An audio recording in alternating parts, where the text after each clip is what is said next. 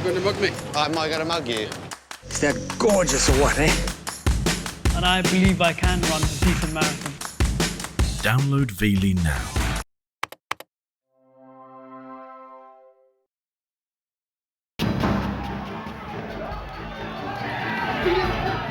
A Virginia prison is in the hands of the inmates. A terrifying escape frees 6 killers from death row.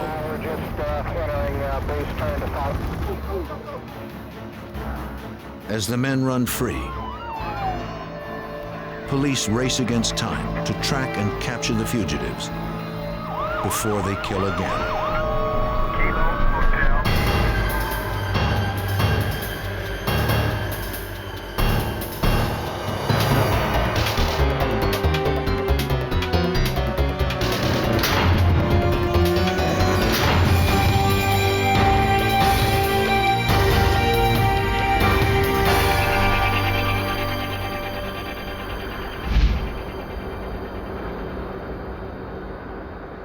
Mecklenburg Correctional Center is the pride of Virginia's prison system. Completed in 1977 at a cost of $20 million, it is state-of-the-art. The C-Pod of Building 1 houses Virginia's most dangerous criminals, the death row inmates. The double-gated entrance, or the sally port, is the only way in, and there is no other way out.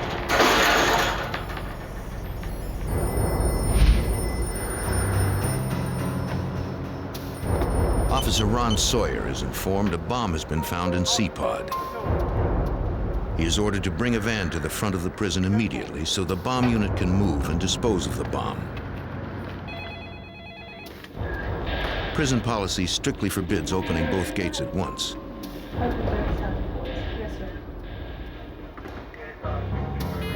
But this is a matter of life and death.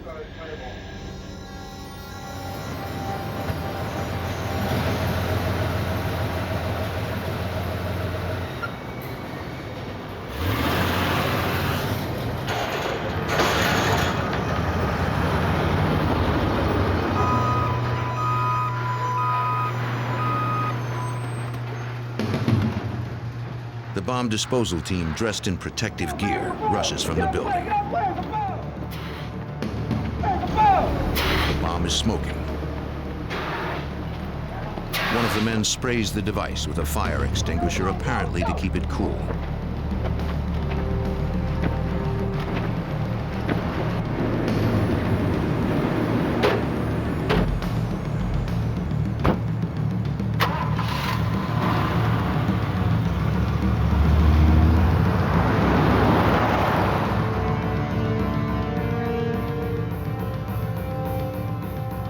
The greatest crisis in Mecklenburg's short history has been resolved through the quick actions of a few brave men.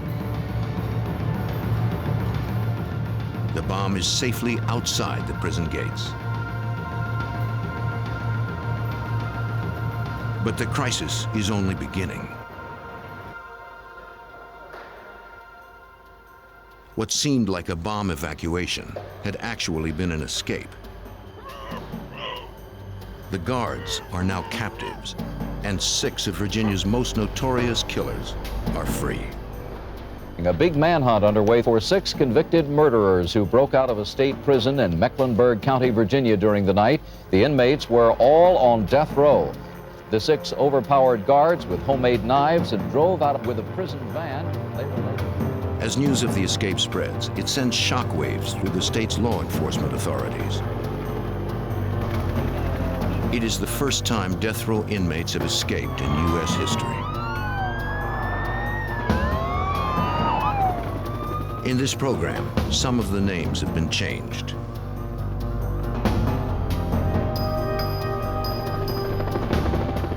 The Virginia State Police and the Bureau of Criminal Investigation officials are awakened from their beds. The governor of Virginia issues a state of alert to the Army and Air National Guard.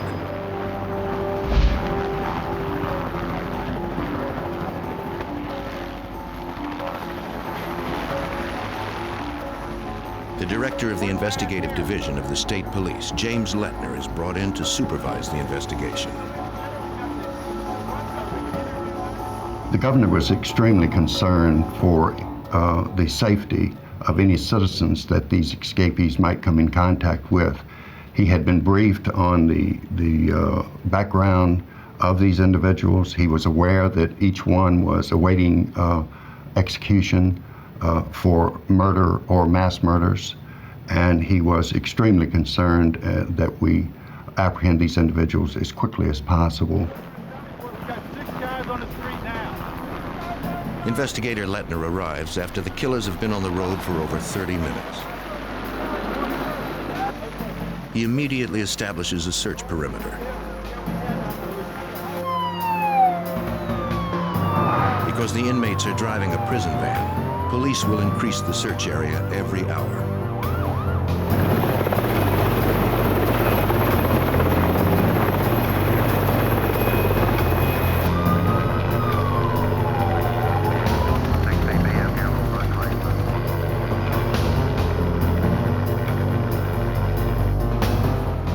We got 6 of them out of the yard right now.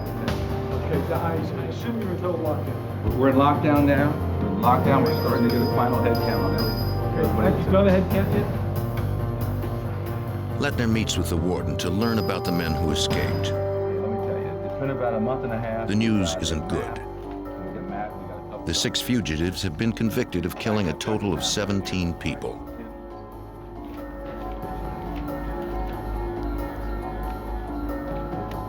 The 2 most dangerous escapees are the Briley Brothers, James and Linwood. The Brileys ran a vicious Richmond area gang. Police suspected they had slaughtered anywhere from 11 to 20 people. Earl Clanton killed a Virginia woman just months after being paroled for killing an elderly New Jersey woman. Lem Tuggle raped and murdered 2 elderly women. Derek Peterson killed a supermarket manager after robbing him of $6,000. Willie Leroy Jones murdered and robbed an elderly couple. He asked the wife to pray for him before shooting her and setting the house on fire. These are the men who escaped from Mecklenburg's death row. Most of them killed more than once, and would likely kill again if given a chance. It never occurred to me that we would not capture the escapees. I felt confident we would. It did occur to me that it would be an absolute miracle if we did so without any great harm coming to some innocent citizen.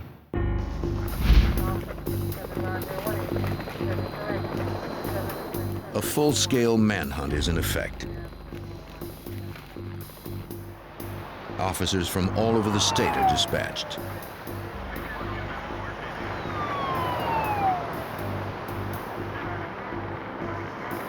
Roadblocks and barricades are set up. Helicopters with infrared sensors try to pick up the heat of human bodies hiding in the woods.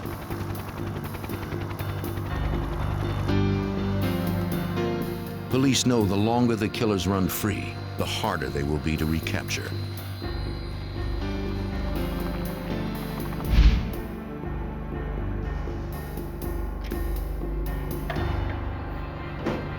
Lettner tours C-Pod, where the inmates were housed. whole place, and you can see where everything started here. Yeah, right in it. This is the pod, C-pod.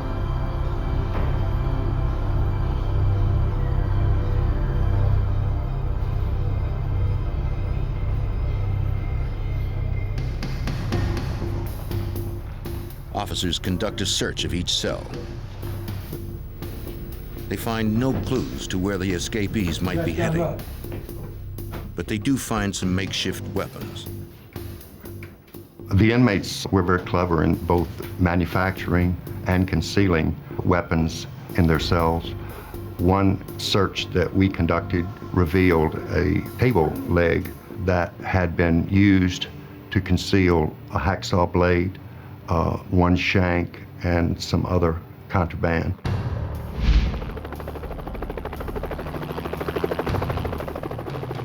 The inmates have been out for over an hour, and investigators know they are armed with knives. And since they had access to guards' protective riot gear, they fear they might have guns. The state mobilizes every possible resource to capture the fugitives.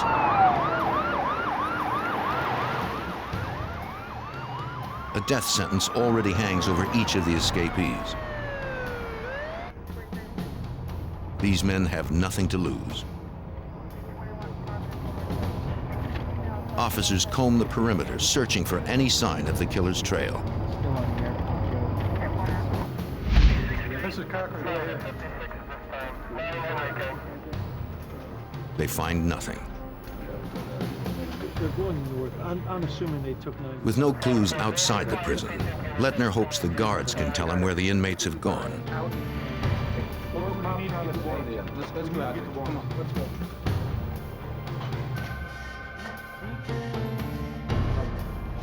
Perhaps during the breakout, they heard something that could help direct the search. The inmates never spoke of where they were headed. Cooperate fully. The guards know nothing. How would you like to do this? The guards' lack of information makes Lettner suspect they may have helped the prisoners escape. From his years of experience as an investigator for the state police at other prison incidents, Lettner knows that prison guards can be susceptible to bribes.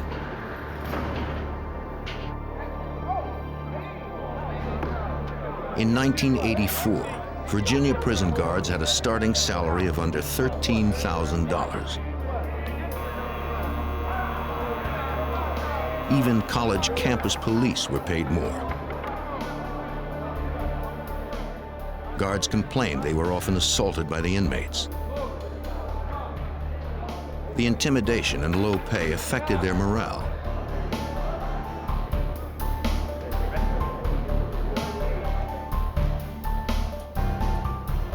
First of all, let me say this to everyone who's assembled. As Lettner begins interviewing the security staff, he learns tensions at Mecklenburg have been rising for the past 2 years since the execution of Frank Coppola.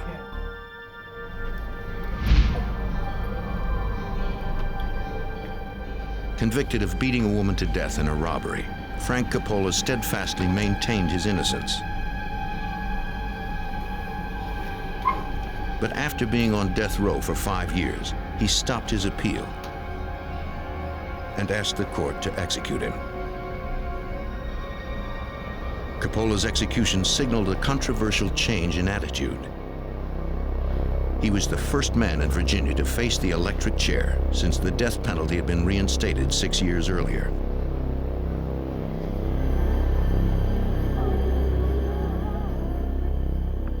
When Coppola was executed, something went terribly wrong. His head and one of his legs caught fire. Human rights advocates accused prison officials of torturing him. And so, among the inmates, Coppola became a martyr. Frank J. Coppola was executed at 11:27 p.m. in the manner prescribed by law. Fears had been growing among the death row inmates. Fears the state would embark on a rash of executions. Author Joe Jackson. When Coppola was executed, I think that the other death row prisoners started to see that they too could be executed. Beforehand, appeals had dragged on. All of a sudden, here's this guy that all of the other death row prisoners look up to, and he's the first to go. And at that point, the other death row prisoners said this could happen to me fairly quickly.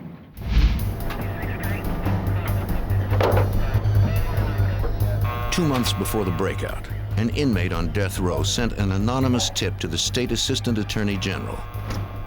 All right, let's get this place started fast. We want to get it done quick. According to the informant, a bomb was being constructed as part of an escape plan. The scheme also involved an exchange of uniforms with the guards. This information was relayed to the warden, who ordered 2 shakedowns. Officers methodically searched every cell on death row, but found no bomb-making materials or anything to indicate a bomb was being constructed. Jim Lettner finds it difficult to believe the guards were ignorant of the plan.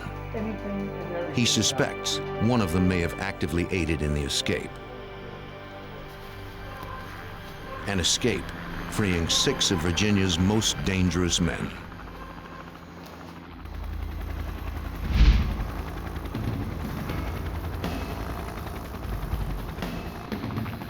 Over an hour after the escape, police in Western Virginia mobilize and search the area around Mecklenburg's prison in a hunt for 6 escaped killers. As the minutes tick away, they struggle to maintain their search perimeter. Police begin to fear that if the escaped killers slip beyond the perimeter, innocent people might die. But it is so important that you remember every single detail, no matter how unimportant it may seem to you. Inside the prison, James Lettner questions the guards, fearing one of them helped the inmates escape. Everyone else remained.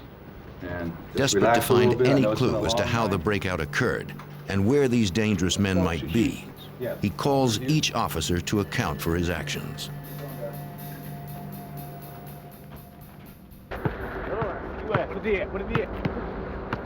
As Lettner questions the guards, he begins to understand how the escape unfolded. Look, baby, look. You don't need to pass him up. Somebody better get on it. 5 guards stand watch as the condemned men of C-Pod take their daily exercise. That's me. Oh. Come on, baby. Willie Turner and another inmate approach an officer, telling him they want to go back in early. One of the men claims he has a knee injury. The other says he wants to use the restroom. This is against prison policy. State Police investigator James Lettner. It was a mistake to allow those 2 individuals to go back separately from the others. If one inmate went back, then they all were supposed to go back. And the reason for that is that by taking those 2 inmates back early, it took 2 of the correctional officers off the recreation yard and back to the cell area, lessening the number of eyes that were available to watch the remaining inmates as they returned from recreation to their cells. Now the ratio of guards to prisoners is disrupted. In the yard, there are only 3 officers left to watch over the remaining inmates. All right, guys, let's do it. Time to go in. Let's do it.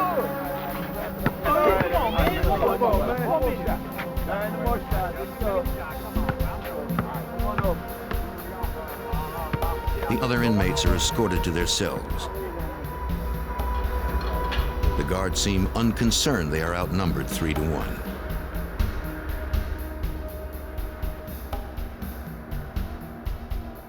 The correctional officers assumed that nothing was going to happen, that everything was fine, that they had a secure operation, and that they simply didn't have to follow these rules.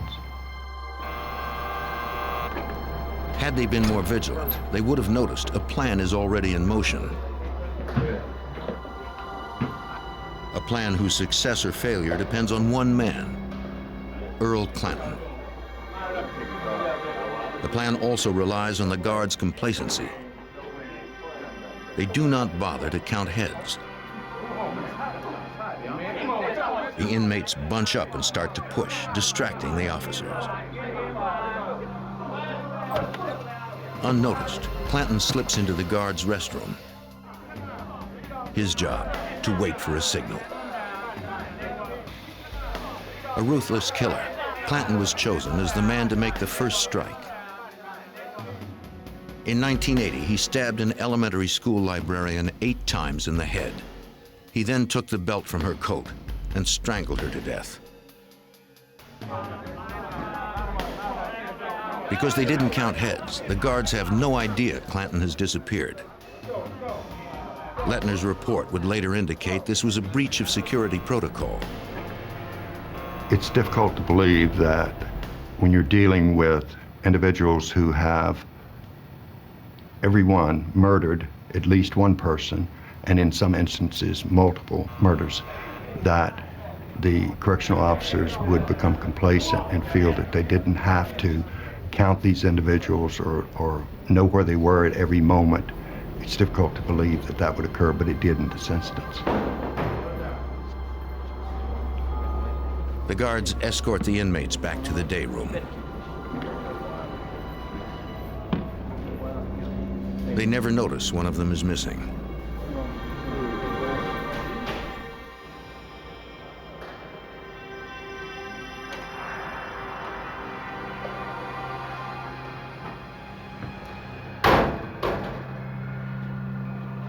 A guard tries the restroom door, but it's locked.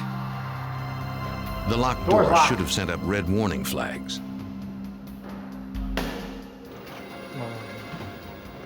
In such a situation, prison policy dictates they should call maintenance and all inmates be placed in their cells. But the guards don't do that.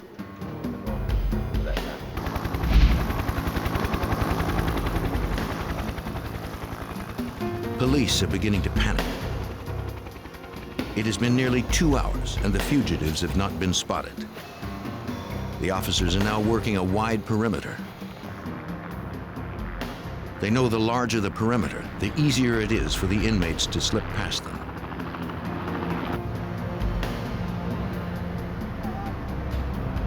Police are on the lookout for the van used in the escape, but have no idea which direction to search.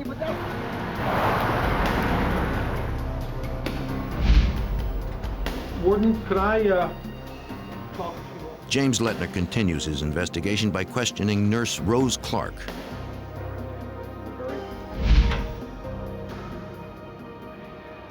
It is customary for Nurse Clark to draw the water from the guard's restroom before she distributes the inmate's medication.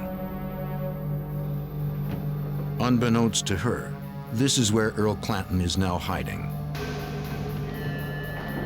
Door's The locked. restroom door appears stuck. Nurse Clark notifies the guard. He acknowledges the problem, but does nothing. All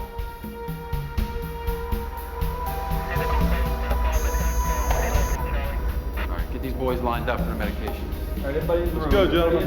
Let's go.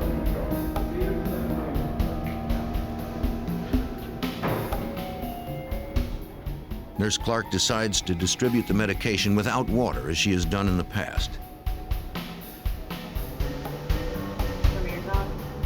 As she is making her rounds, one of them complains his toilet is clogged. He creates a diversion, distracting the guards from what is really going on.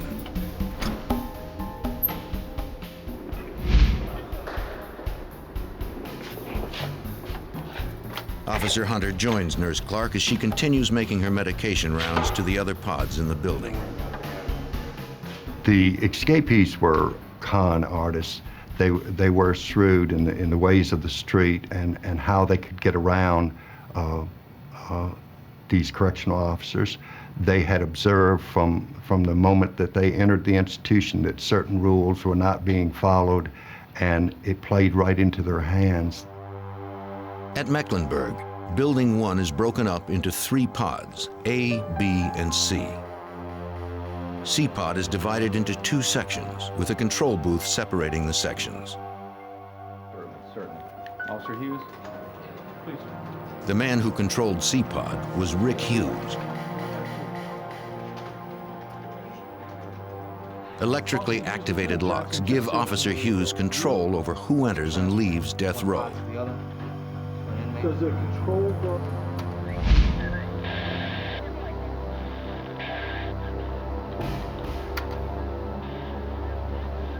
Hughes tells Lettner that one of the inmates got his attention.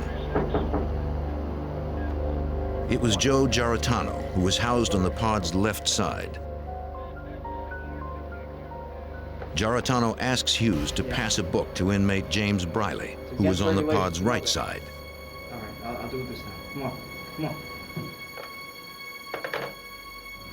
Linwood Briley and his brother James received death sentences for 7 murders.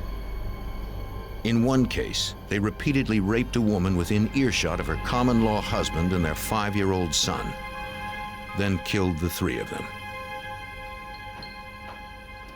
Officer Hughes leaves the door to the control booth ajar, as the prisoners had seen him do dozens of times before. He has no idea the inmates are already arming themselves with knives. There was a fellow by the name of Willie Turner. He was kind of a genius as far as figuring out how to make weapons from the things around him in the prison cell and how to hide them. And he would basically strip metal from around the toilets or the sides of the door or something like that and sharpen it and make a knife out of it. Convicted of killing a jeweler in 1978 and sentenced to death, Willie Turner never finished 5th grade, but he learned to read and write in prison. He claimed to have made a key for every cell he ever occupied. The guards suspect he is behind the plan to escape.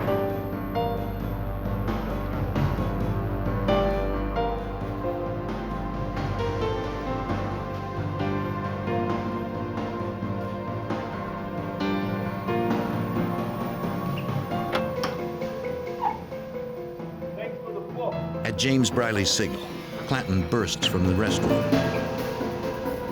He hits a button on the control booth, releasing the other inmates.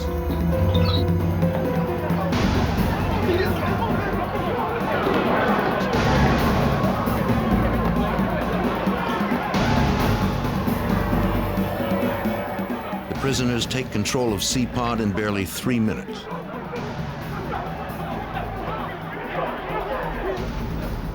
Each of the guards relate how he had been taken hostage and stripped of his uniform. The inmates take the only defense the guards have, their nightsticks, along with their watches, rings, and money.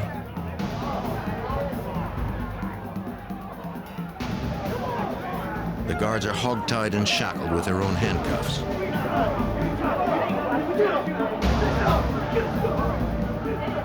Blindfolded, they overhear the inmates discuss how they need to capture someone in authority.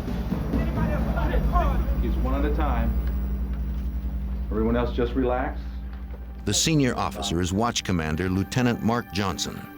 Reconstruct the events from the very first time you were involved. I got a radio. Lettner's report indicates he was in Building 3 when he responded to a page.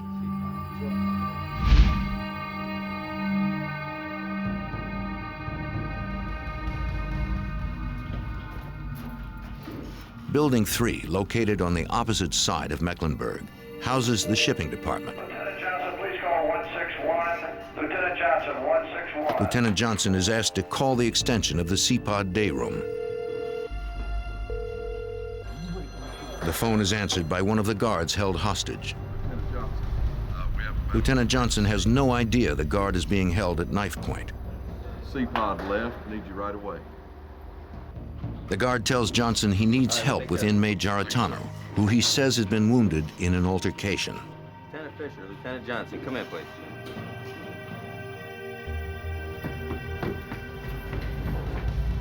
Johnson calls the shift commander and orders him to report to C-Pod. So the key is just to ignore them, you know? Don't pay any attention to them. Nurse Clark finishes passing out her medication to the rest of the inmates in Building 1. The exit is through this locked door.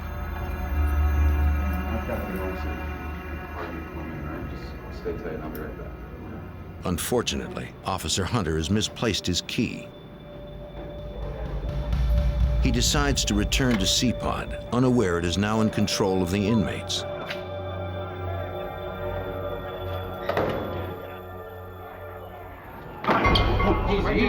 Hunter walks right into their arms.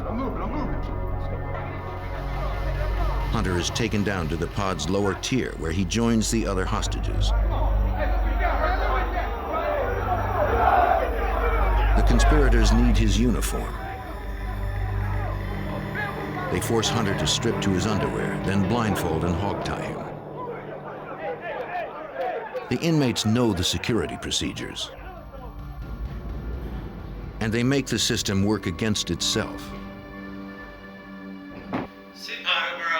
They got the other guards to come to Pod C simply by faking emergencies, that they needed assistance with inmate so-and-so who was not taking his medication or resisting one thing or another. By creating the illusion of a fellow correctional officer in trouble, the inmates lure other guards into C-Pod one by one. They then capture them and take their uniforms.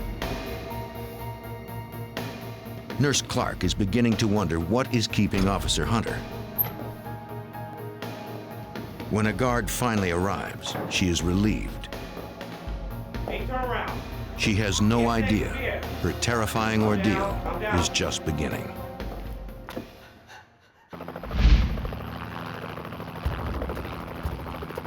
In Western Virginia, 6 convicted killers have escaped from death row and have been on the loose for over 2 hours.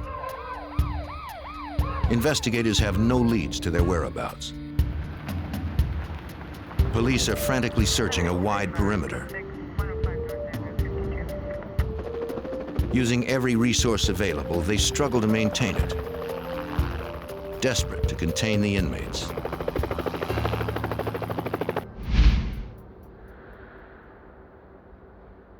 Virginia State Police investigator Jim Lettner continues gathering information for his report by interrogating the prison security staff,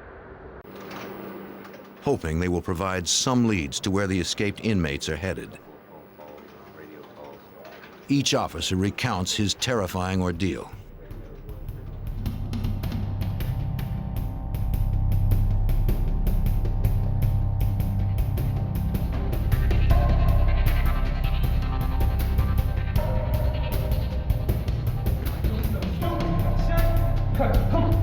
One by one, they are taken hostage.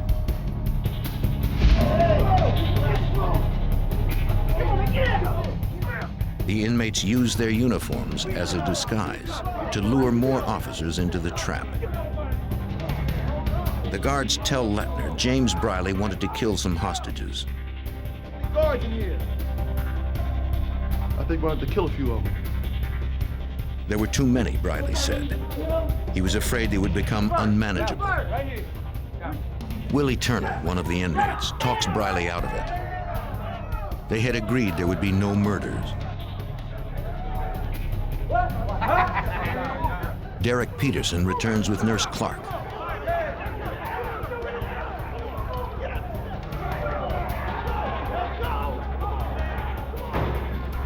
They take her to a cell.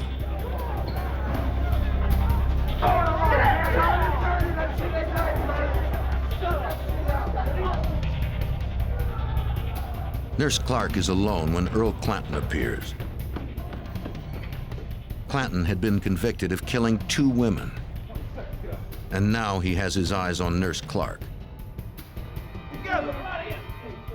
Surrounded by convicted killers bent on freedom or revenge, the security staff doubts they will live to see morning. The screams of Nurse Clark stir them to anger, but they can do nothing. Linwood Briley joins Earl Clanton. As they begin to molest the nurse, Wilbert Lee Evans stops the men.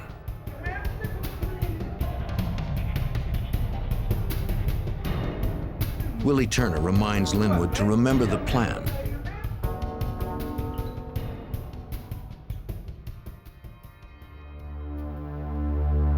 It has been 20 minutes since Lieutenant Johnson received a report about an emergency on death row.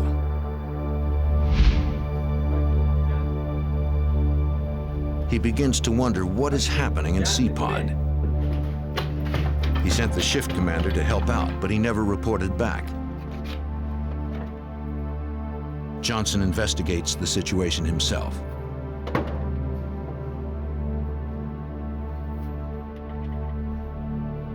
The stairwell doors lock automatically behind him. Give me the jacket. Come here. It's time for your shaking. The inmates threaten to kill Johnson if he does not do as they order.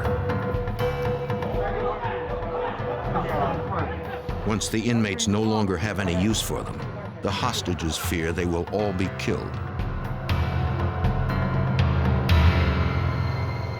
It has been 3 hours since the escape, and still there have been no sightings of the fugitives.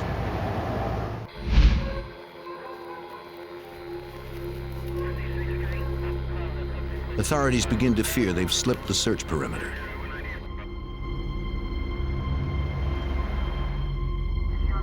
If that is true, a lot of innocent people are in danger. As the prison guards continue their account, Jim Lettner still hopes to find one detail that will lead him to the killers. And got a radio. In the main control room, Officer Cindy Smith had word that an inmate was injured, but no one had called the paramedics.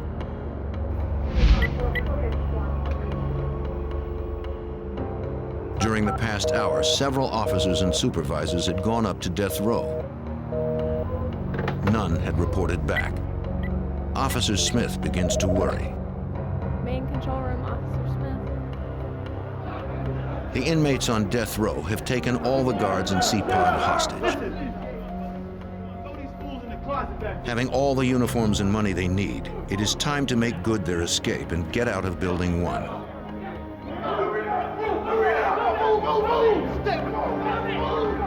They move the hostages to a janitor's closet at the end of C-Pod.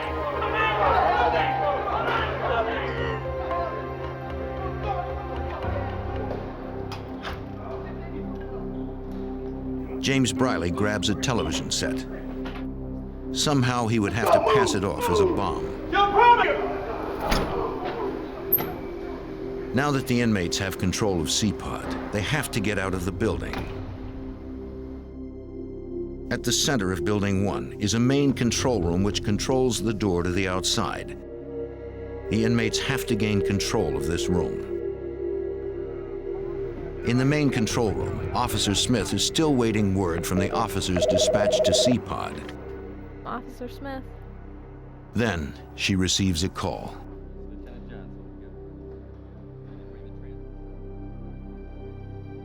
It sounds like Lieutenant Johnson. He tells her a man is being sent to relieve her. By having her supervisor, who was a hostage, call her and tell her that she would be relieved of duty by another guard.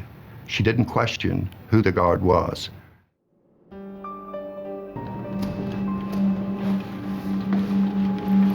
Peterson and Clanton, now dressed in guards' uniforms, head for the main control room.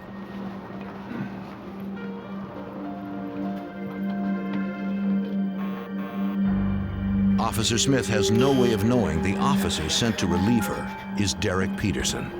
Come on, get down on the ground. Get down on the ground. Get down. All right, there you go. The prisoners now have control of all the doors to Building 1. But there is only one way out of the prison compound: the sally port. James Briley forces Lieutenant Johnson to call for a van. Got a bomb in Building 1. We need both vehicle sally ports open. He claims they have an emergency. The van must be brought around to the main sally port. I'll stay back here with doors for you.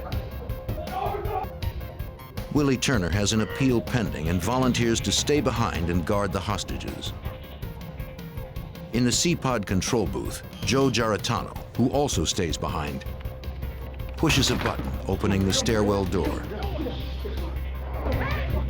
The rest of the conspirators, disguised as guards, troop downstairs to the loading dock.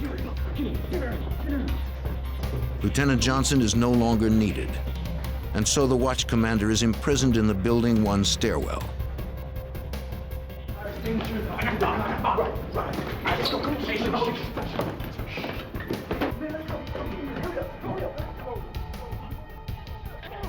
They leave behind one of their own in the control booth to open the door and let them out of Building 1. They lock Officer Smith in a closet. On their way out, the 6 escapees raid the room full of riot gear. Wearing helmets to further hide their identities, they place the television on a stretcher, throw a blanket over it, and exit Building 1. For months prior to the breakout, the inmates leaked a story about a bomb being built in C-Pod.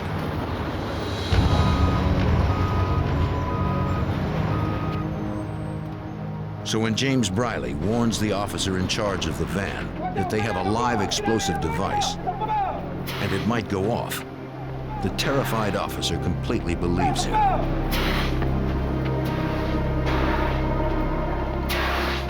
Linwood Briley sprays their bogus bomb with a fire extinguisher, and it appears to be smoking.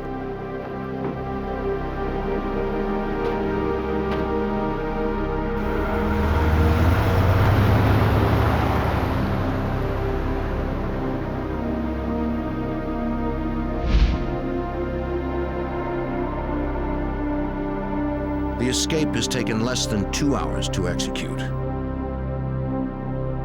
And now, 6 vicious killers are roaming free.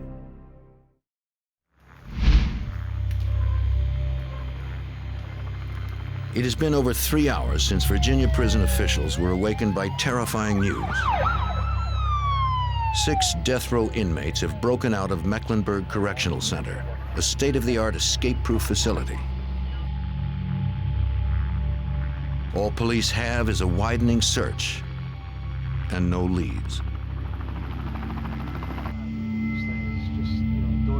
James Lettner reports that none of the guards conspired in the escape. They are guilty only of errors in judgment.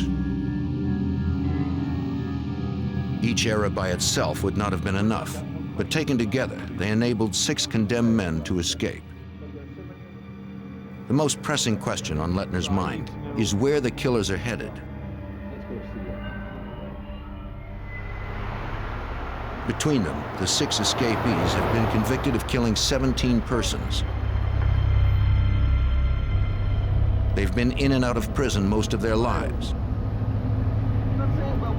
And now, they are free men.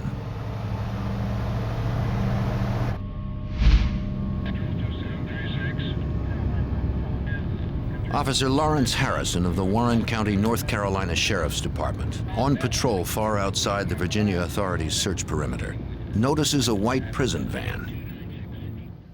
At the time, I thought it was just correctional people could transfer because they do that at night. And they came by, they waved me, and I waved them, and they kept going.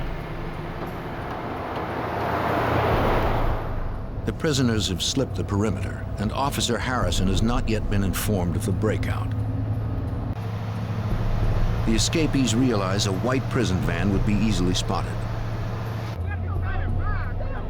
As their euphoria from the escape wears off, they begin arguing about where they should go, what they should do with the van. Someone suggests they hide the van in the woods and cover it with branches. But that would take time, and the 6 are getting nervous. While driving through Warrenton, North Carolina, a town of about 1,000 people, they find a grove of trees. It looks like a good place to leave the van.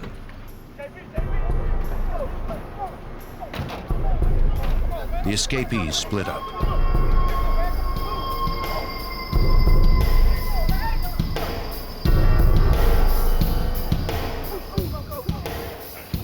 The Brileys, Tuggle, and Jones go one direction.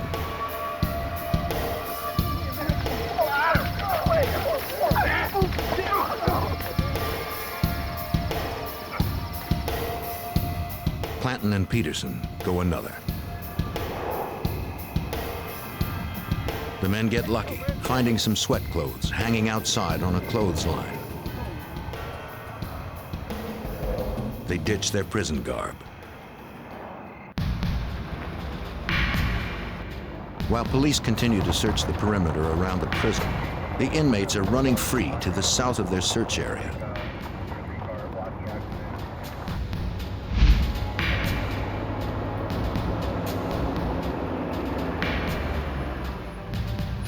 The fugitives have been on the run for 3.5 hours when a North Carolina Highway Patrol officer discovers the prison van.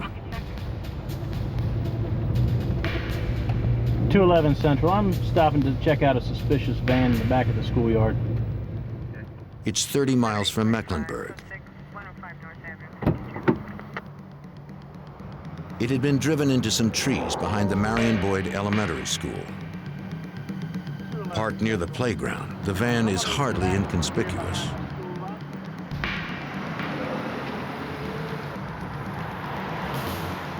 Officers from the Warrenton Police and Sheriff's Department approach the prison van.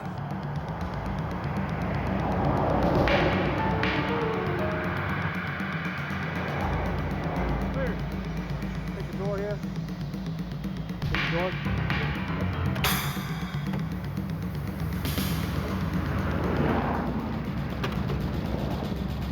Investigators find the riot gear the prisoners used to disguise themselves, along with the television set they passed off as a bomb. Unfortunately, they find nothing to indicate which direction the escapees are heading. The riot gear can furnish a scent for the bloodhounds. Certainly. And we called around. We're going to call around a certain area. Yes, excuse me, sir. I think we might have a break. Back at the prison, Lettner gets word a hospital orderly had been carjacked at knife point by 2 men in uniform. Lettner suspects these were 2 of the escapees.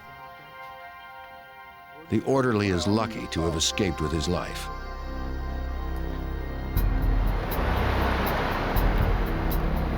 When investigators examine his car, they find a prison shank similar to those used in the escape in the back seat. Police know the men have now split up, and 2 of them are on foot.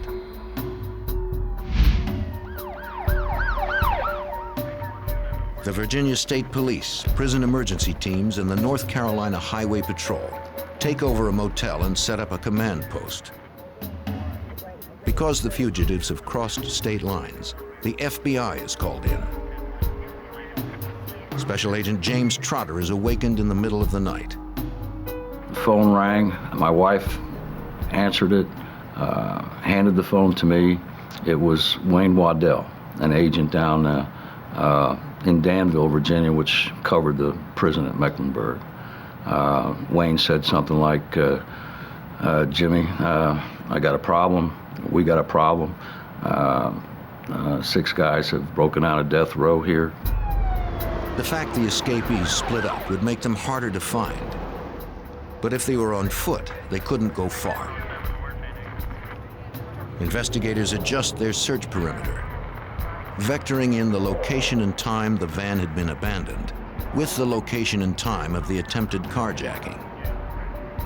It's just a matter of connecting the dots, you know, going from point A to point B and seeing how far ahead of you they are and trying to outsmart them and beat them to the next place they're likely to go and be there waiting for them. Representatives of various law enforcement agencies meet to set up a task force. Coordinating the search is Robert Pence, special agent in charge of the Charlotte FBI office. Because of the magnitude of this incident, the response from law enforcement, I would say, was massive. We had every FBI agent in the eastern part of the state, along with support that we sent from the headquarters in Charlotte.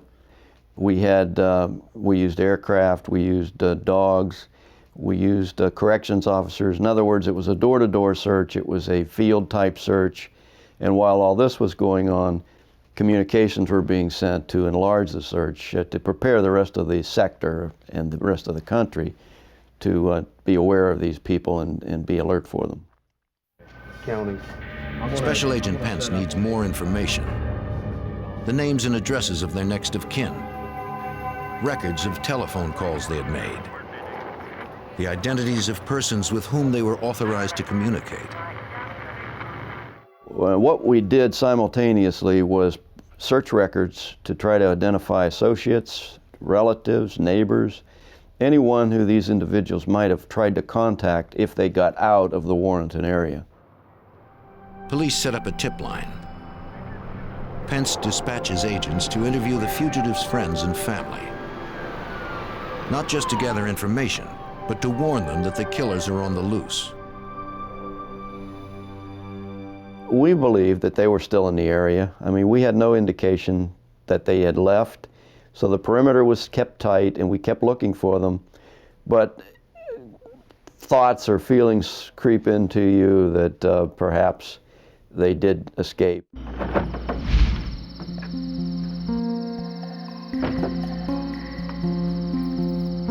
Then, what the police fear most happens. A man reports his truck stolen. The truck, a 5-year-old Ford Ranger, was serviced the day before and is full of gas. Within moments, officials from the Department of Corrections, the Highway Patrol, sheriff's deputies, and the local police swarm over the property, searching for any clue that might have been left behind. The man tells investigators his truck would be easy to identify. It has personalized license tags with the letters PEI1.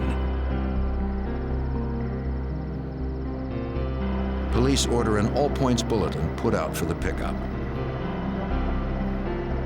Investigators can't be sure whether the killers had all fled in the truck or whether some stayed behind, lurking in the backyards of Warrenton.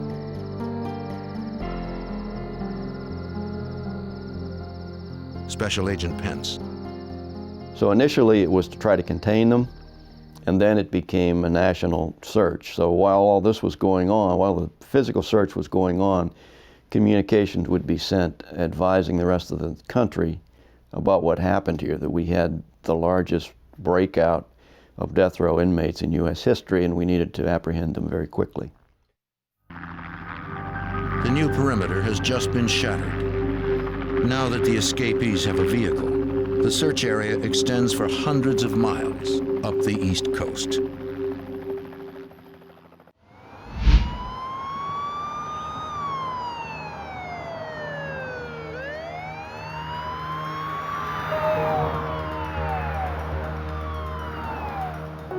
As dawn breaks, the day after the escape, police set up a fortified perimeter around Warrenton, North Carolina. Roadblocks are established, and every driver is questioned.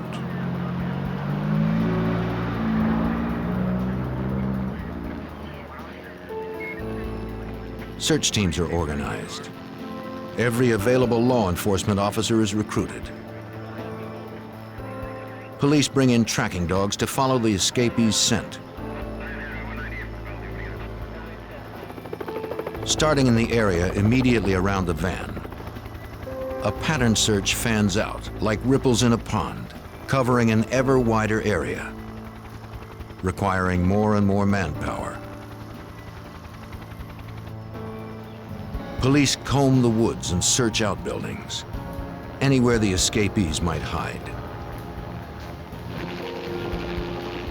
After several hours of searching, the investigators know only that the fugitives had split up.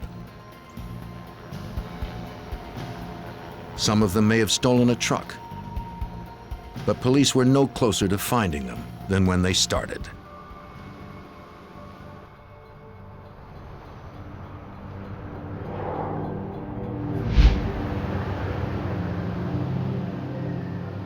This morning, the residents of Warrenton, North Carolina, wake up to see helicopter shots of their town on the national news.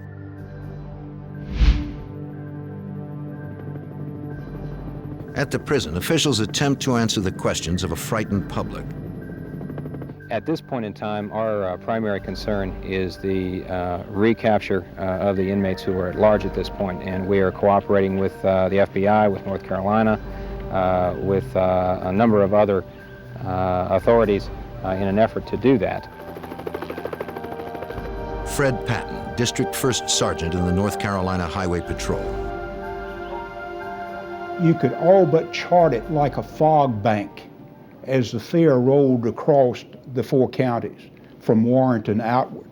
And as the sightings increased, people became more frightened. The fact that they were in their midst 6 people that had killed 17 folks, had murdered them, including a 5-year-old child. And among their rapes was a 76-year-old woman. They began to arm themselves. Warrenton residents scrambled to buy weapons and ammunition.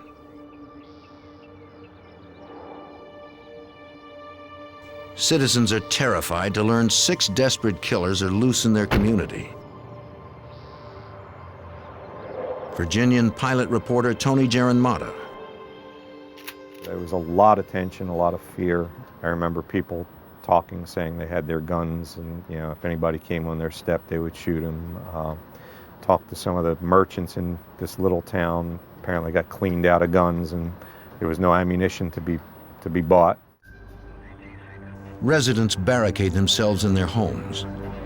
Aware the fugitives have disguised themselves as guards, they are wary of police officers and answer their doors with weapons in hand. Special Agent Robert Pence. And we had a lot of fear in the neighborhood of Warrenton, where they were supposedly or possibly still contained. People were extremely afraid and scared, and people were going around door to door making announcements that lock your doors, lock your cars. A lot of people didn't sleep there for a few nights. 300 sheriff's deputies, state troopers, and highway patrol officers join in the search, hoping to ease the public's fears. Warren County Sheriff's Deputy Lawrence Harrison. At that time, with deputies, what few we had, we made deliveries for the old ladies that would call up to the grocery store, want something. We would pick it up and carry it to them because they were scared to come out. How many people are in the search right now? I don't know the numbers. The media clamors for any information about the investigation. How many sightings have you had total that you know of? Well, there have been some confirmed and some unconfirmed. So How many confirmed? At this time we have 2 confirmed. Anything on the pickup? The anxious public wants to know where the fugitives might be. What was the time of the last night? They're laying low until dark. Well, that's a possibility. Is that Certainly, something it's that you- easier to move and not be detected after dark. What do you do in that case?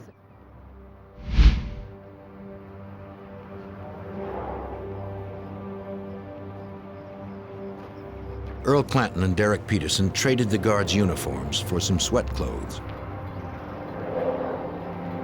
Clanton kept his guard's jacket, but ripped off the patches.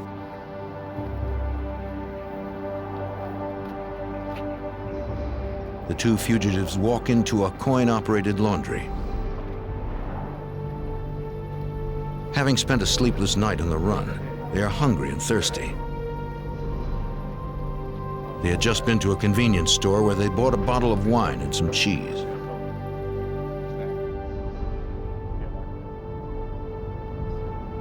The commander of the Prison Emergency Response Team, or PERT, happens to be driving by the laundry.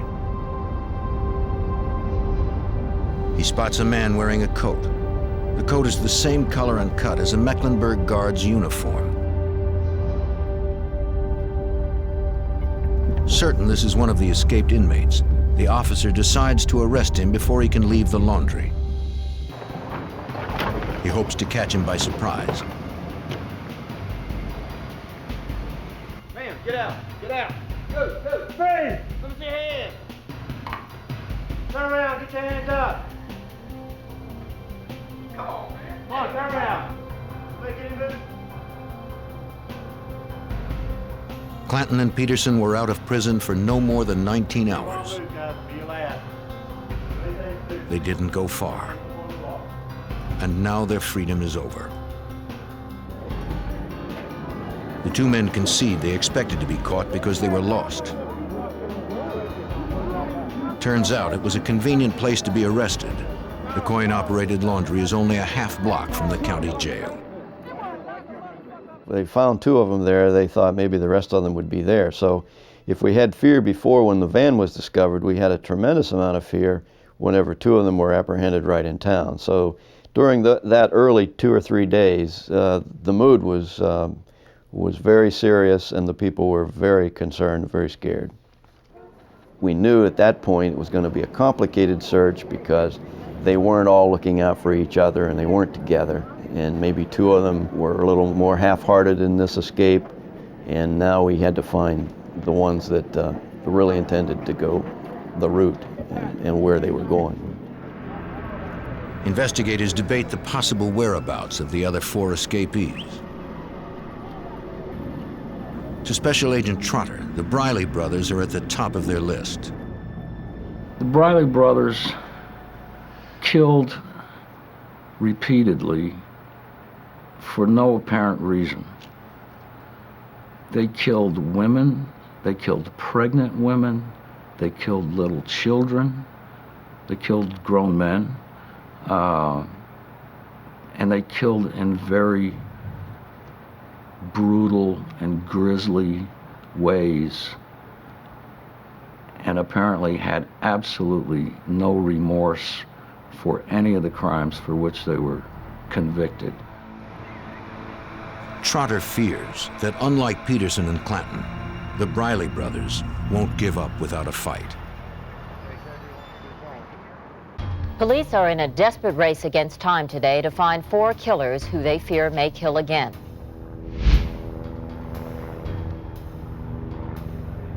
The capture of 2 escapees in the town of Warrenton, North Carolina, only intensifies the sense of fear in the region.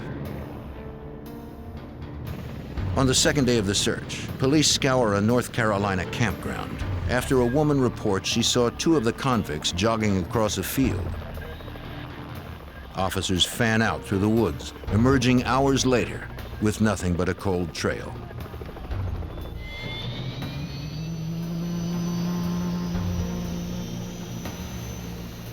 Sightings of the escaped death row inmates are coming in from throughout North Carolina and Virginia. Each call has to be checked out. Fred Patton, District 1st Sergeant in the North Carolina Highway Patrol. It was like the dam breaking. First of all, there was a drip, and then there was a minor fluctuation of calls that we would receive as far as sightings were concerned. And then the dam broke, and sightings were coming in by the hundreds. And of course, by that time, we had mobilized enough people and had them spread out to the point that we could respond to the sightings within a short period of time. And that this is what we wanted to do. Investigators suspect the escapees may have left the area, but they cannot be sure. The manhunt continues in and around Warrenton. But these fellows are very smart. They know what they're doing, obviously. And they could be dug in anywhere, and they got to turn every limb and every tree. Helicopters search the dense forests and red dirt fields on the North Carolina-Virginia border. Police patrol the waterways and abandoned houses and stop traffic along all roads and highways looking for 4 dangerous men. Police continue to get tips. Special Agent Robert Pence. So a lot of those tips were scare tips, they were fear tips, they weren't helping a lot. And I don't believe that any of the calls really materialized as far as giving us direction about where these fugitives might be. But I do think it gave the citizens a conduit to really vent some of their fears and concerns. A manhunt sweeps the forests and swamps. All day long they search, growing more miserable by the hour. They run out of insect repellent in Warrenton and have to send out for more. The officers endure difficult conditions, all to no avail. Officer Lawrence Harrison responds to several sightings of the fugitives. Everybody in the whole county has seen them once we get there. And I don't know how many bloodhounds we didn't have here. They would say, I saw him run across the road down here. We take the bloodhounds down there, turned out nothing. And they said, I saw him run down there. We take the bloodhounds down there, and sometimes we probably running them guys. We did see some guys run across the road, but it wasn't the Briley Brothers coming from the liquor store and the marijuana patch.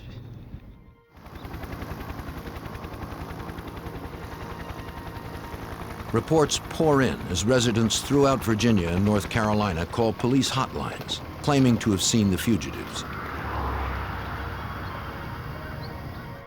The governor of Virginia posts a $40,000 reward for information leading to the fugitives' capture.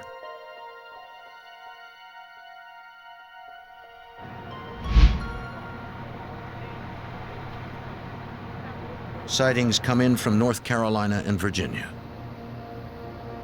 Every call has to be checked out, but leads nowhere.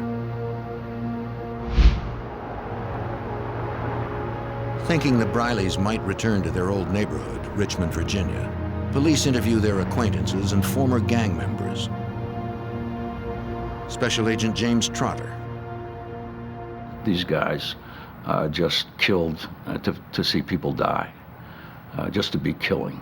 And I think that's why the Richmond community, upon learning that they had escaped, particularly the areas of Richmond which they frequented in the past, the people were terrified. Their own parents were terrified, not for them, but of them.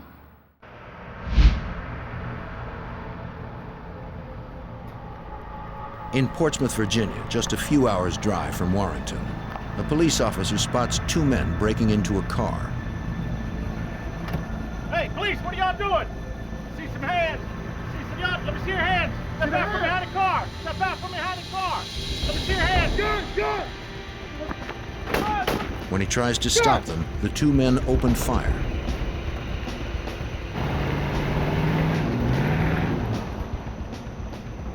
One of our officers saw Linwood Briley in the 1800 block of Elm Avenue, but then he lost sight of him. And shortly before 9 o'clock, another officer spotted Linwood Briley and James Briley here at Elm and Lincoln. Apparently they were tampering, or appeared to be tampering, with an automobile in this area. As soon as they saw the officers, they ran.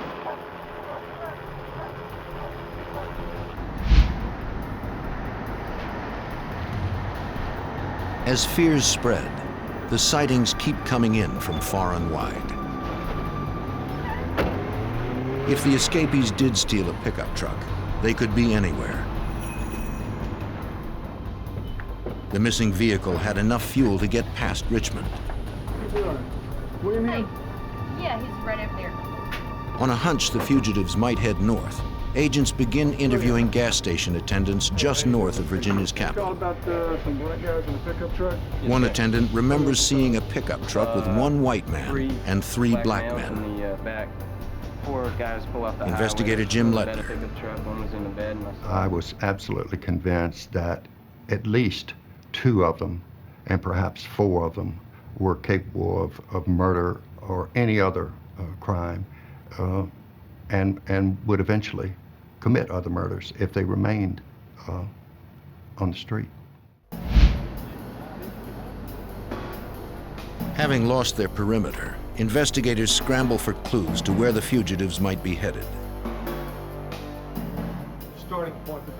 They focus their attention on the leaders of the gang.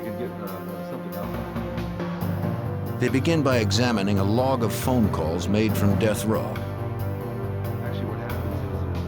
The log indicates the Briley brothers made a number of calls to the Philadelphia area.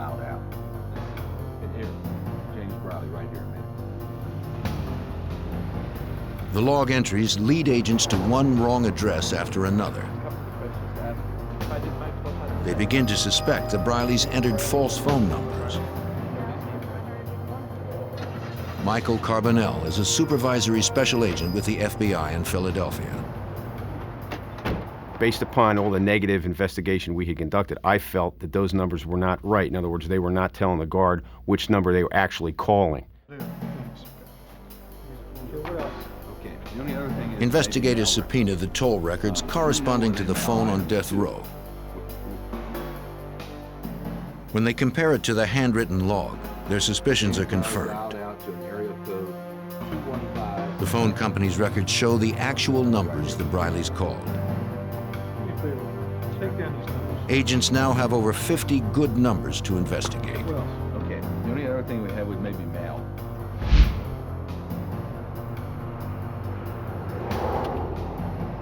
Two of the calls had been placed to a house in North Philadelphia.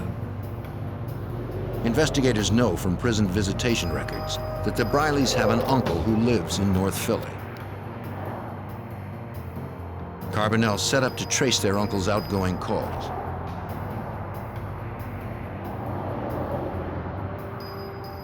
I didn't think that the Briley brothers would be staying with him, and I didn't want to hit his house until we were absolutely sure that they were here.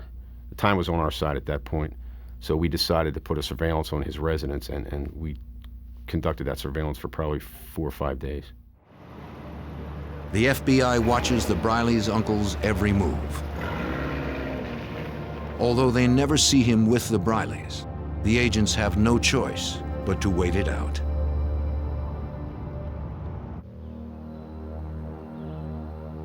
As the FBI chases every lead on the fugitives from Mecklenburg's death row, they get another break hundreds of miles from Virginia.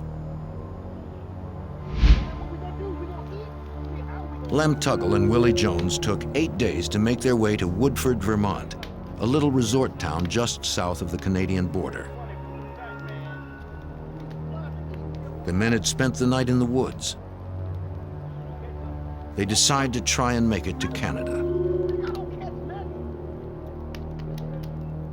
The two fugitives have a problem. Their stolen truck is low on gas and they need money.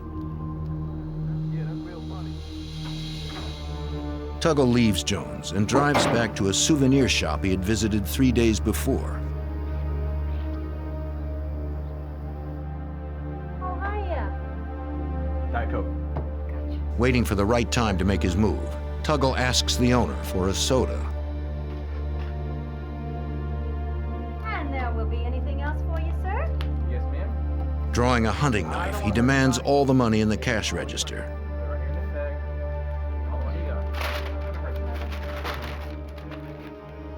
Once Tuggle gets the money, he turns and walks out. The woman notes the truck's license tag, PEI-1. It is easy to remember. The take is about $80 and change. It isn't much, but it's enough for gas and a new start in Canada. Unfortunately for Tuggle, he is heading in the wrong direction.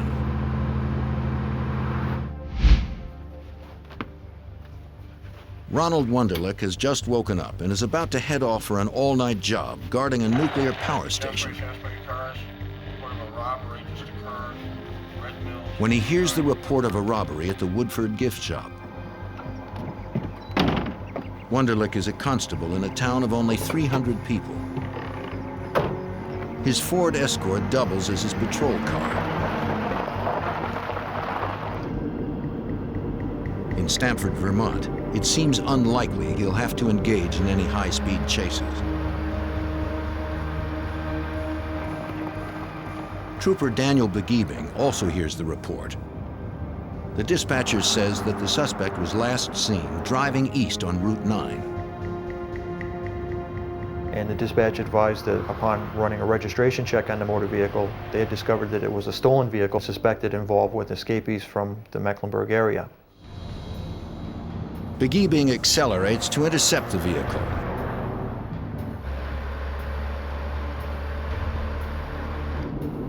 Wunderlich is driving out of Stamford when he spots the suspect vehicle coming right at him on the wrong side of the road. The constable whips his Ford Escort into a U-turn and begins a pursuit. Author Joe Jackson. Most of the town constable had ever really done before was to hustle drunks off the street and check out reports of stolen bicycles. And all of a sudden he was chasing this crazy man who had robbed a store at knife point. Wunderlich radios Begebing that the truck is now heading south toward the state of Massachusetts. Trooper Begebing goes from a Code 2 to a Code 3 response, using his lights and siren.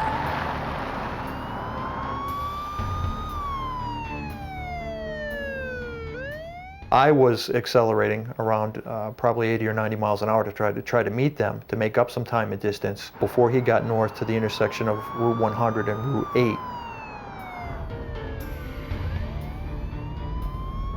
8. If they act quickly, they can set up a roadblock before the convict has a chance to slip away.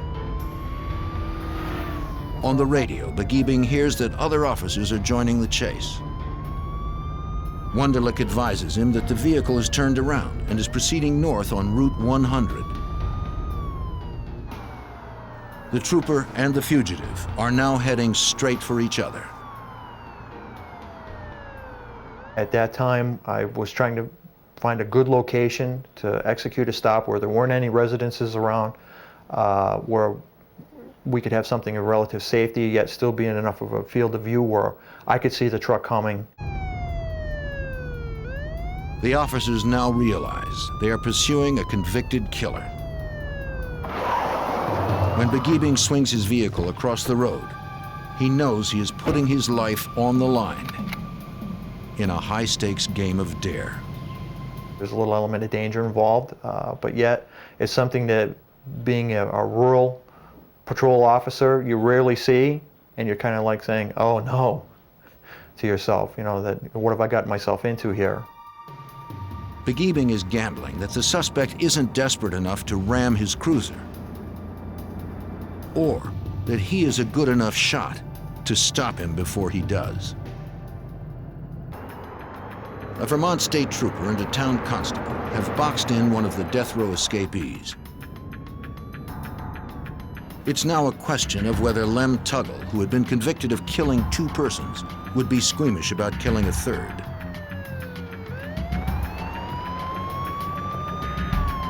Weighing his options, Tuggle pulls over and stops.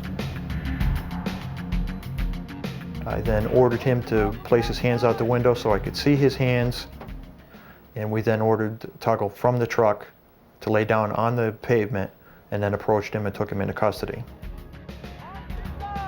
He identified himself to me as, you know, my name is Lem and I'm from Virginia, and something to the effect, I expect you'll find that I'm wanted. Lem Tuggle has been a fugitive for just 10 days. Come and give me a hand. He seems almost relieved to be captured. Tuggle admits that robbing the gift shop was a big mistake. But the truck was out of gas and he wanted to get to Canada.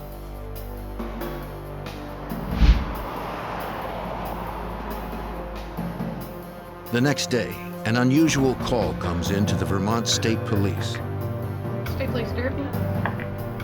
The man gives the dispatcher his name. Willie Jones. Yes, can I help you? He says police are looking for him. For what? Where? He'd escaped from prison. I can't. Mecklenburg? Mecklenburg where? In Virginia? For what? He had broken out of death row. How long? When?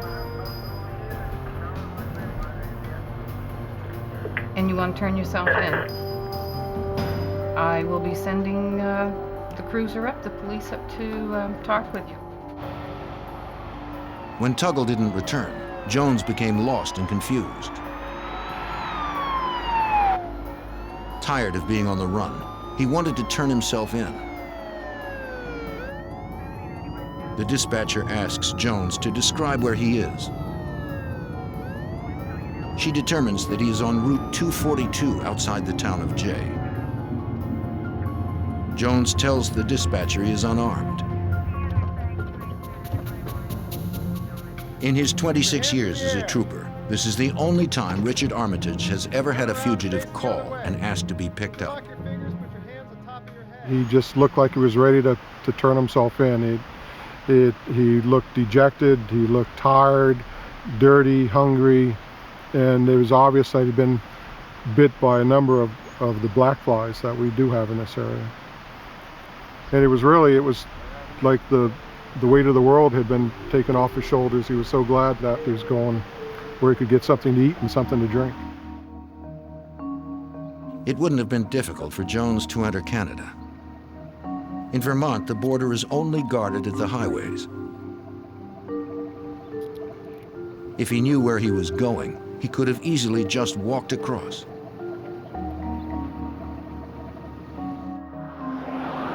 But Jones gave himself up just 5 miles from the Canadian border. Author Joe Jackson believes Jones may have been overwhelmed by his newfound freedom. They live most of their adult lives in prison. I mean, prison is their world, and so they're able to figure out how the prison world acts, but they're not able to figure out how the free world acts. They fit in the prison world. They don't fit in the free world. With 4 of the 6 fugitives captured, only the Brileys, the most dangerous killers, remain at large. With their well-known history of vicious murders, the 2 remaining fugitives seem to be everywhere. Sightings come in from as far north as Montreal. In Richmond, Virginia, where the brothers went on their bloody rampage, everyone locks their doors.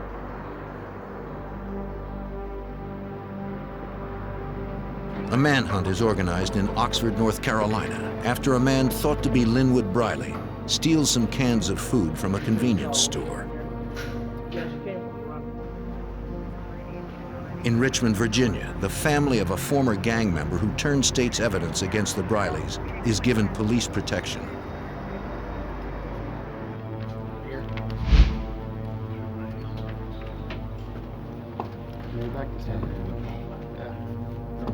Investigators question Lem Tuggle for clues to the Brileys' whereabouts. Tuggle tells police how the escapees wandered through Warrenton looking for a vehicle they could steal. They hot-wired a pickup truck and took off. Tuggle tells them the Brileys had never been in Portsmouth or Richmond. He says they didn't kill anyone while he was with them. After stealing the pickup truck in North Carolina, they drove north to Philadelphia. They burned the guards' uniforms in a trash can. According to Tuggle, the Brileys claimed they arranged for someone to meet them with clothes and a gun. Tuggle further recalls that James Briley stuck one of the guards' badges into a tree in Philadelphia's Hunting Park. He and Jones then headed north towards the Canadian border. Tuggle claims they even stopped and asked 2 state troopers for directions to the New Jersey Turnpike. There they were, driving along, 2 escaped convicts from a maximum security prison. Wanted by the FBI and law enforcement agencies in several states. But apparently no one noticed them. Tuggle says he and Jones eventually parted company at a campground when he left to rob the gift shop.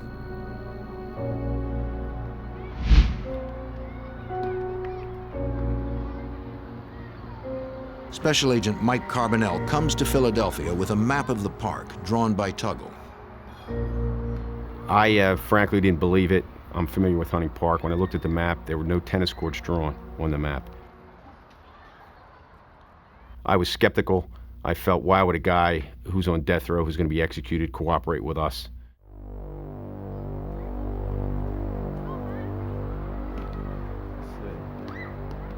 Searching the trees, investigators find the guard's badge.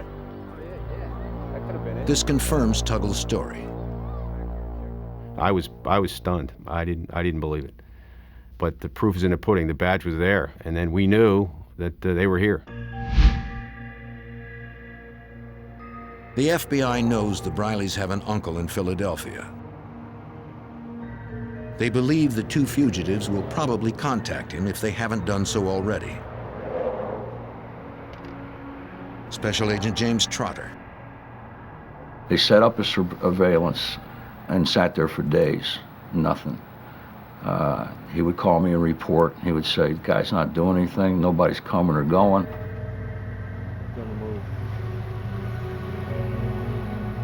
Agents get a break when they shadow the uncle to a body shop specializing in upholstery and vinyl car tops.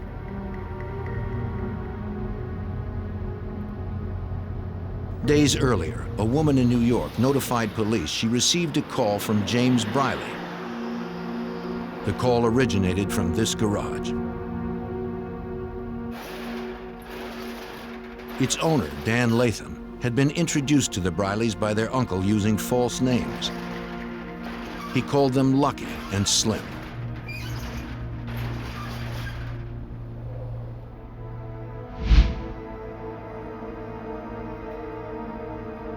The FBI sets up a fixed surveillance on Latham's garage. Agents see several men hanging around, but aren't sure if they're the Brileys.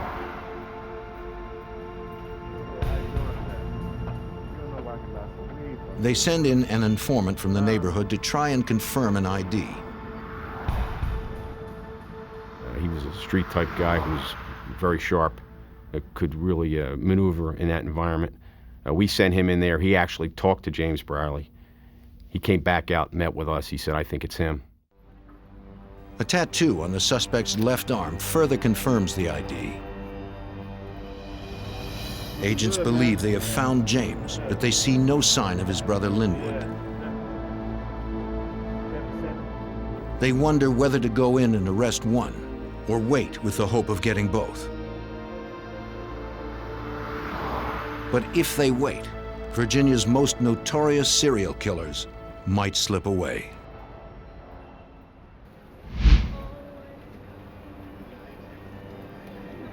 After 19 days of searching, the FBI believes they have located the last two escapees from Mecklenburg's death row.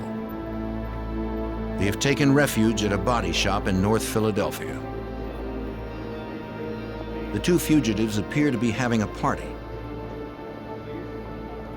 Having confirmed their identities through an informant, agents decide it's time to move in.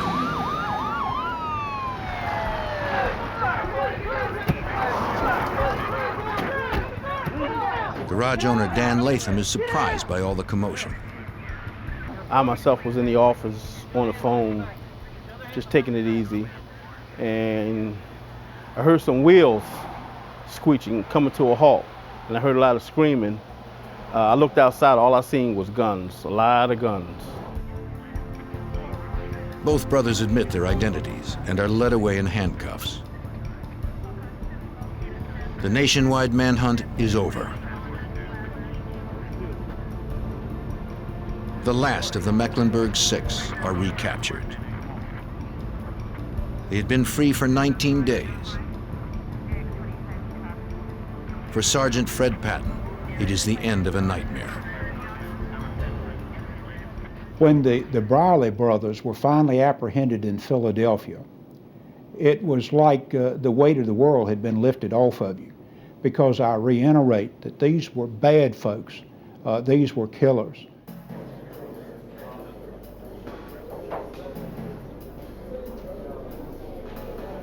The Briley brothers, who are facing death sentences in Virginia, were picked up at a car shop on Philadelphia's north side. FBI agent John Hogan says they were surprised when 20 agents surrounded them. They were apprehended without incident. They caused no problem to us. They have both admitted their identity. They have the appropriate scars and marks, so we know who they are. The Briley brothers were the last of 6 convicts to be rounded up after their escape in the largest death row prison breakout in U.S. history. That was 3 weeks ago at Mecklenburg Correctional Center in Virginia. The Brileys will be arraigned in Philadelphia today on charges of unlawful flight to avoid confinement. The FBI wants to make certain the Brileys can't slip away again. Special Agent Trotter arranges to have them kept in federal custody. In these unlawful flight cases, usually as soon as you catch them, you dismiss the federal warrants and leave it between the two states to work out getting them back to where they belong. The FBI's out of it. But we were able to keep these guys in federal custody long enough to have them return to Virginia through the federal system rather than having to go through state extradition proceedings. In the wake of the escape, Mecklenburg goes into lockdown. The governor of Virginia announces the firing of 5 guards. The warden and his security assistant are suspended without pay. An investigation by 3 independent consultants finds that conditions at Mecklenburg are highly dangerous and at times unmanageable. 2 months after the escape, riots break out at the prison. Using homemade knives, inmates stab 2 guards and take 6 others hostage. Author Joe Jackson.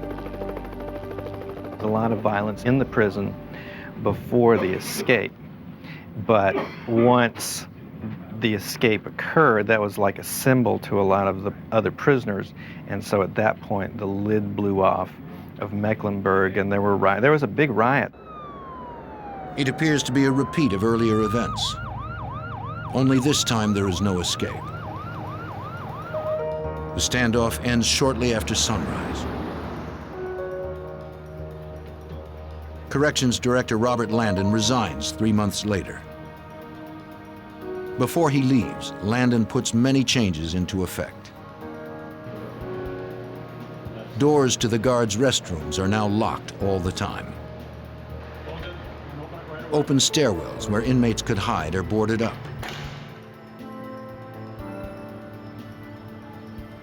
Stricter procedures are put in place.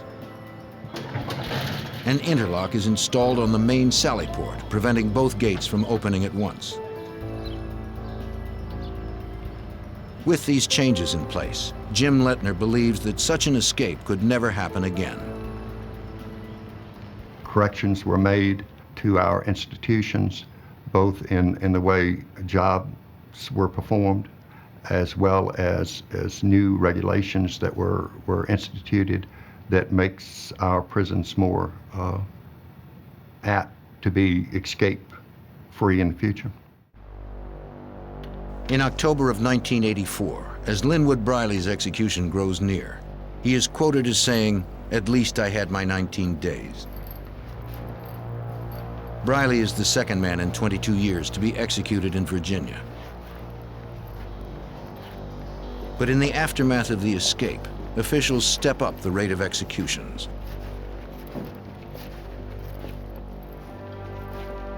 6 months after Linwood was put to death, James Briley follows his brother to the electric chair. In that same month, Earl Clanton Jr. pays the price for the 2 murders he committed.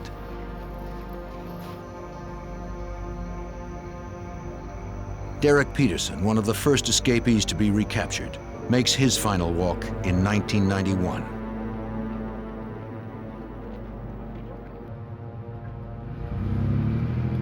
Willie Jones is executed in 1993.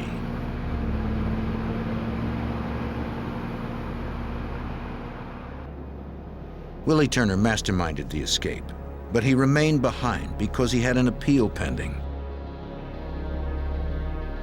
Convinced of his innocence, he puts his faith in the system. Willie Turner is executed in 1995. By that time, the state of Virginia stopped using the electric chair. Turner's life is ended by lethal injection. An hour after the poison stops Turner's heart, his lawyer finds a loaded .32 caliber homemade gun inside a typewriter in his cell. Along with the weapon is a handwritten note that reads simply, "Smile." The last escapee to die is Lem Tuggle. On December 12, 1996, the convicted double murderer is led to the death chamber. Joe Giarratano, whose book passing started the escape, had his sentence commuted to life in prison. Of all the conspirators, he is the only survivor.